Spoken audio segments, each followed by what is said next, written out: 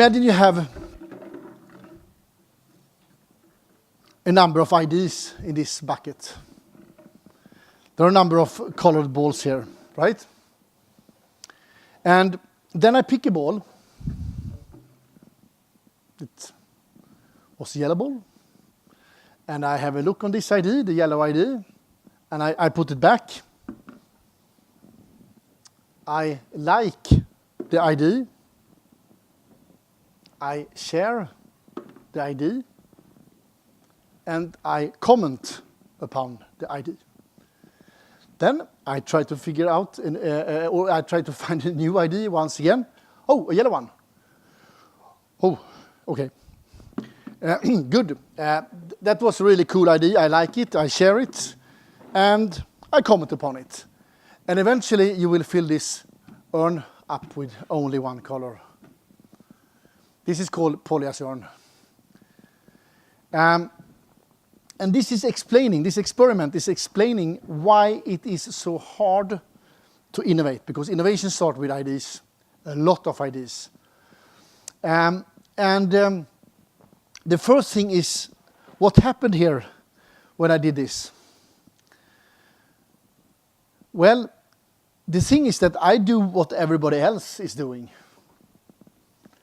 And I share that with everybody else. And this is typically how it works with, top lists, trend reports. And this is a problem. Because the best ideas might very well be maybe the red one. But I don't find it. Because everybody is talking about the yellow balls, right? So the question is, how come?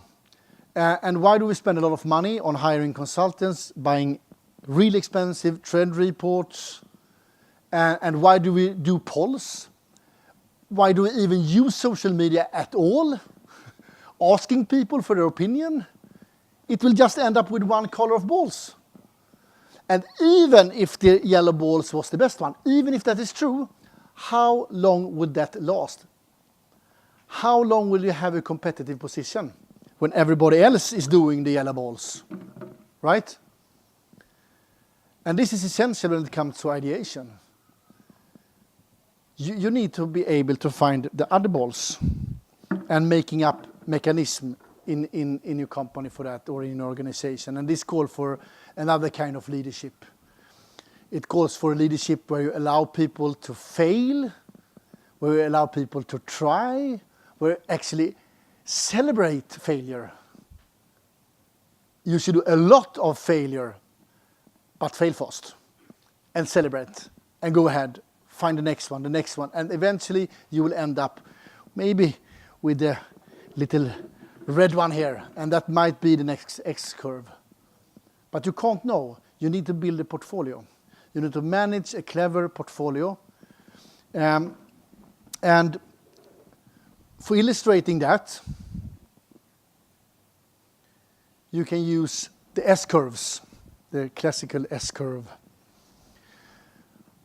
where you start and you can prolong the S-curve by incremental innovation, which means basically that you put up a team and solve a problem that is in a known domain. You can hire the smartest people in the world and they will probably do it pretty good. And you will buy some time. But leaping to the next S-curve is call for another kind of leadership where you allow people to fail and you encourage people to fail. You encourage people to learn, to experiment, and you put up hypotheses and you try to react them or you try to approve them by experiments. And you go back and collect ideas, encouraging to collect ideas, and you do not use voting system, you do not use social media. You should be open and not biased. You should not build top lists because then you will get biased and you will end up in the same square as everybody else. Later on, you can, of course, use that kind of technology, but not in the early stage. And we see a lot of that failures among clients we work with. And basically, you can slice up this thinking in 3 horizons. It's a model that comes originally from McKinsey. And I worked a lot with this model together with my friends at Innovation 360, and we have been able to build up what is most likely the largest innovation database in the world, most likely.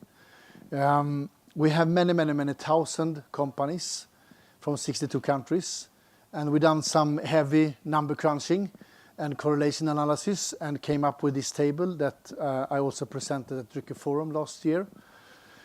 Basically, if you believe that you can slice up things in 3 horizons, the first one is today's S-curve, the second one is tomorrow's S-curve, and the third one is the day after that. Then you can actually dig into how come that certain company or organization is actually coping with the second and the third horizon. Because the first horizon is just about, putting up a timetable and go for it, hire the best people. That normally works pretty good. In the second horizon, you can't judge the ideas. And in the third horizon, you don't even know what to look for, which is even worse. So you need to be extremely open-minded in the third horizon. So in the third horizon, it's very much about an explorative leadership style, where you don't have any requirement on ROI whatsoever. You only explore, you only learn, and capability needed is typically knowledge sharing. You need to be very open. And the leadership style here is very much about, leading an expedition, basically. And maybe you should put a percentage on that. And in the second horizon, you can be a little bit more close because you might be up to something. And then it's much more about design thinking. It's about, having a platform where you can rapid prototype services or products or processes. And it's very much about testing out things, testing new business models. We call that cauldron leadership style or fertile field leadership style. The cauldron is actually where you challenge the business model every day. Typically, the entrepreneur, come up with a great idea during the night and go to work and test it out. And it might, end in a catastrophe, or it might really be something really good out of it. The fertile field is more like the gardener. And when you see things is working in the second horizon, you can actually bring it down in the machinery, so to speak, which is the first horizon. What's very interesting is that when we look on large corporations, they are normally very skilled in applying a number of strategies for handling innovation. But they are normally very unskilled in leadership. They normally apply a very simplistic leadership. Now I'm talking in general terms, but it's backed by our data. So you have normally one way of leading. While small, fast-growing companies, we work with a lot of unicorns, they typically have a very flexible leadership. There are a lot of people, having different way of solving problems, and they have like a melting pot, but they normally lack of strategy instead. They normally have at best one strategy. So I sometimes got that question: what can big corporations learn from small? Well, they can learn to allow people to solve problems in different ways. But the other way around is that small or fast-growing mid-sized companies can learn from large companies when it comes to strategy, because you need to have at least, I would say, 3 to 5 of them, because the world is so complex at the moment. So you can't just have one way of doing things. It doesn't work anymore. Basically, this boils down to talking about fishing in parking lots. This boils down to if you have one bowl with a lot of fishes and you have one bowl without fishes, where would you like to be? And innovation is very much about finding a new bowl to jump to. But when you do this jump from one bowl to another, you need to set out the right direction, and you need to be able to do the jump. You need to build the capability for doing the jump. And that is what we see normally is the hardest part. How do you build capabilities for doing the jump? Setting out the right direction, I wouldn't say it's easy, but it's not that hard. Organizing for doing the jump require brave leadership, a fantastic organization, a lot of training, a lot of failure, a lot of faith. You need to be very persistent. And then what's happening is this. everybody jump to the same bowl and you end up in a new bowl with a lot of fishes. And the message here is basically that you need to organize for continuously jumping from ball to ball to ball. That's what you need to do. And this is the horizons illustrated in another way. And I have a quote from the former CEO of IBM that says that either you innovate or you are in commodity hell. If you do what everyone else does, you have a low margin business, and that's not where you want to be. And I think that frames it pretty well. You need to innovate, otherwise you will be squeezed with low margin, and you will be squeezed with doing a lot of cuts instead of finding out how to use the resources in a smart way. And the key message I would like to leave you with, guys, is to work in horizons. I sometimes talk about slicing up the elephant and building a portfolio and manage the portfolio and celebrate failure.